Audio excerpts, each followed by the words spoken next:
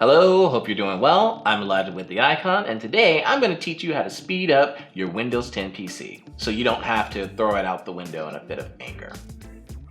And I'm not just going to give you one way to do it. No, I'm going to give you 5 plus some bonus tips because I'm good like that.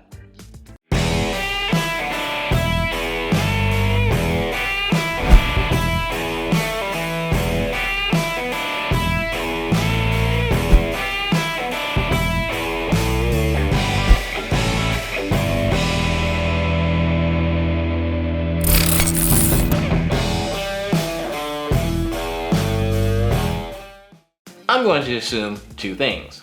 1, you don't need more RAM. 2, you don't have a virus or adware. To find out if you need more RAM, right-click on the taskbar and select Task Manager.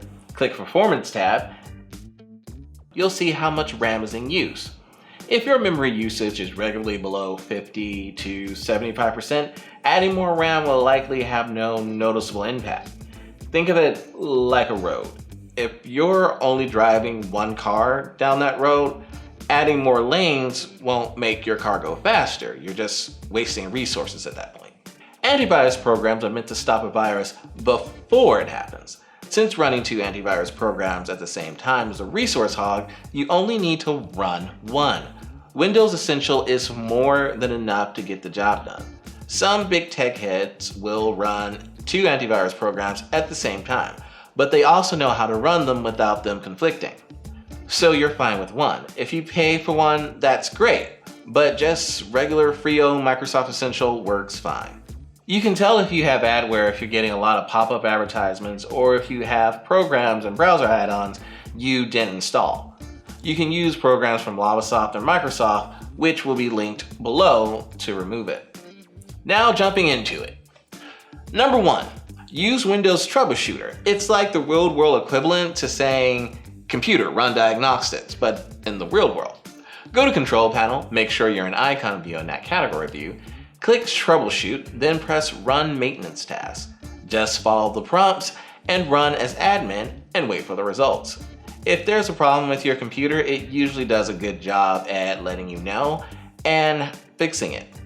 If it can't be fixed automatically, it will usually send you on the right path to do so.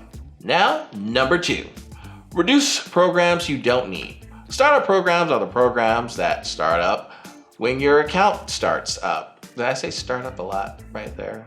Maybe too much.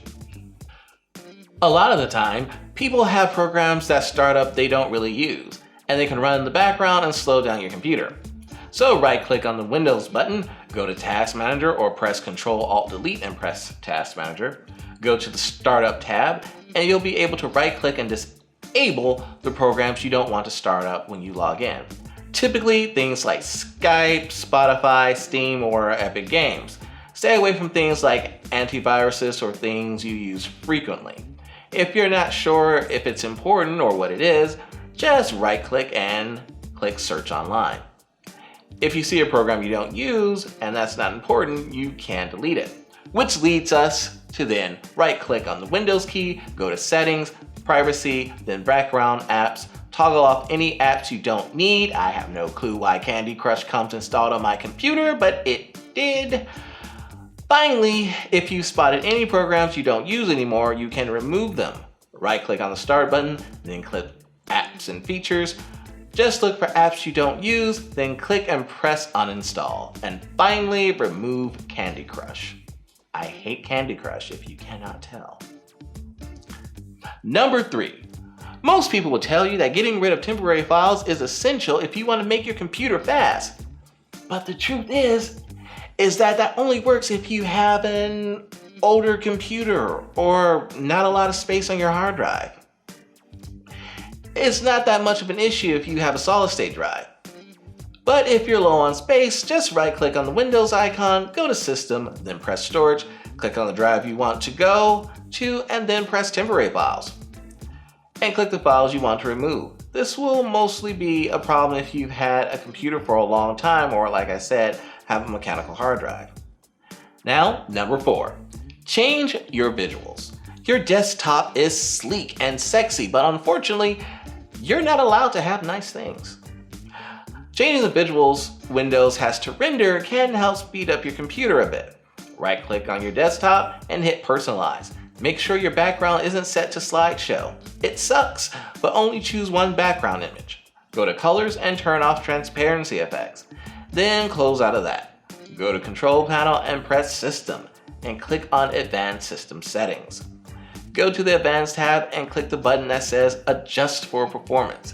It'll make Windows super ugly, and it doesn't really make that much of a difference, so it's really up to you if you want to do it. Now, number 5.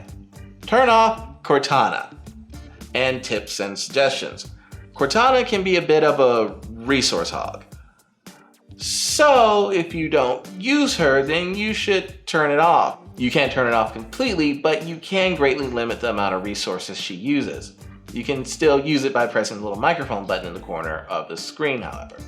This just makes sure she's not always listening to you. Right-click on the Windows button, go to Settings, click Cortana, and toggle off Hey Cortana and keyboard shortcuts. There are other things you can do to limit what Cortana does as well. Because she's integrated into Windows, she monitors a lot of what you do, which may also be a privacy concern for you. I'm linking an article below so you can further limit what she does and tracks. Next is turn off tips and suggestions. Every once in a while, you'll get tips and a suggestion bubble in the corner of your screen. To do this, Windows scans your computer, which can have a slight effect on your performance. Right-click on Start, go to System, click Notifications and Actions, and toggle off Get Tips, Tricks, and Suggestions.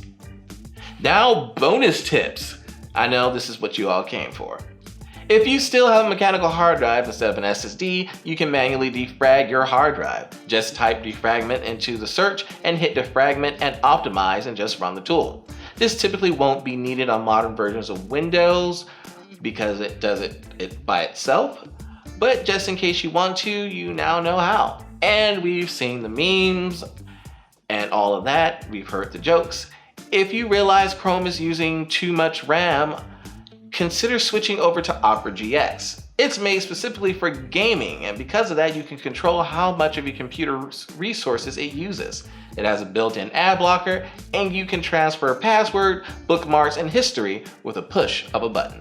And no, they did not pay me to say that. I wish they had. I really wish they had, but they did not. So you got that for free.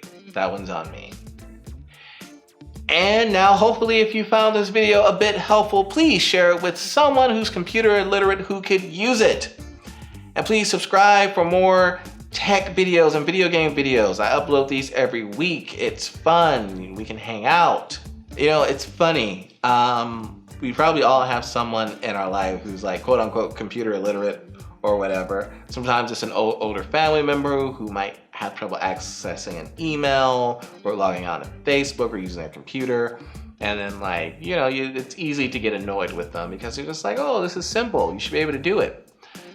But it's also good to remember that, especially if it's an older family member, that most likely they had to teach you how to poop and use a fork. Could you imagine having this little tiny thing that doesn't even know how to use a fork? That could be annoying. So try to be a little more patient next time grandma's trying to log on to Facebook or if she doesn't know how to use it. Or you could just send her to me and tell her to like and subscribe, and I can help her out. Me and your grandma can hang out. You want that? Want me to take your grandma? Then you should like and subscribe. Then you can teach her what I teach you instead of me teaching her directly. Think about that.